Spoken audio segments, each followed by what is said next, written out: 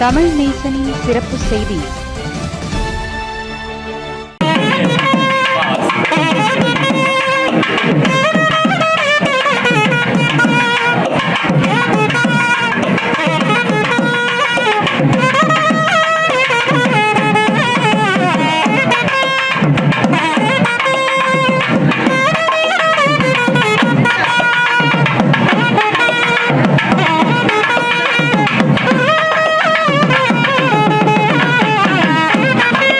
செந்தூள் தண்டாயுதபாணி ஆலயத்தில் பங்குனி உத்திர திருவிழா விமர்சையாக நடைபெற்றது. இன்று உலகம் முழுவதும் பங்குனி உத்திர திருவிழா மிகவும் விமர்சையாக நடைபெற்றது. குறிப்பாக பஹாங் மாநிலத்தில் உள்ள மாரான் மரத்தாண்டவர் ஆலயத்தில் நடைபெற்ற பங்குனி உத்திர திருவிழாவில் லட்சக்கணக்கான பக்தர்கள் கலந்து கொண்டு காணிக்கை செலுத்தினர். அதே சமயம் செந்தூள் தண்டாயுதபாணி ஆலயத்திலும் பங்குனி உத்திர திருவிழா களை கட்டியது. காலையில் சிறப்பு பூஜைக்கு பிறகு ஜலான் அம்பாங்கில் இருந்து ரதம் புறப்பட்டது. 3 மணி நேரத்திற்கு பிறகு ரதம் செந்தூள் தண்டாயுதபாணி ஆலயம் வந்தடைந்தது. ரத ஊர்வலத்தின் போது காவடி ஆட்டம் இடம்பெற்றது. பல்லாயிரக்கணக்கான பக்தர்களும் பங்குனி உத்திர திருவிழாவில் கலந்து சிறப்பித்தனர். பங்குனி உத்திரம் முருகப்பெருமானின் அருளை பெறும் ஒரு முக்கிய திருவிழாவாகும் என்பது குறிப்பிடத்தக்கது.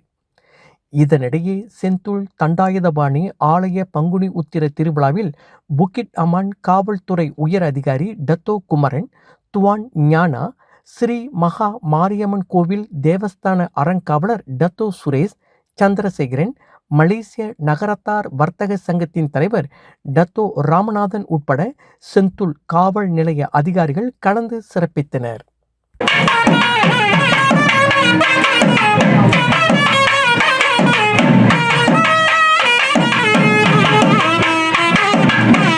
வணக்கம், என் பேர் ராமசாமி.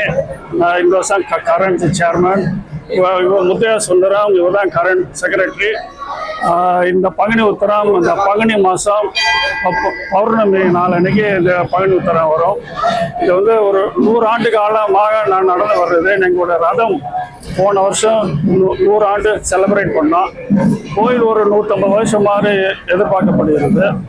இது முதல் நாள் நம்ம தண்டாயுதபாணி கோயிலேருந்து அம்பாங் சைடு லெபோ அம்பாங்கில் உள்ள கிட்டகைக்கு அந்த அடப்பு ஆரியக்கார வீட்டுக்கு ரயில் போய் சேரும். முதல் நாள் ராத்திரி, மறுநாள் காலையில் 5 மணி போல் ரதம் அங்கேருந்து லெபோ அம்பாங்க புறப்பட்டு இங்கே நம்ம ஈப்பு ரோடு கோயில் வந்து சேரும். அப்போ இது ஒரு 12 மணி போல் மகேஸ்வர பூஜை நடக்கும்.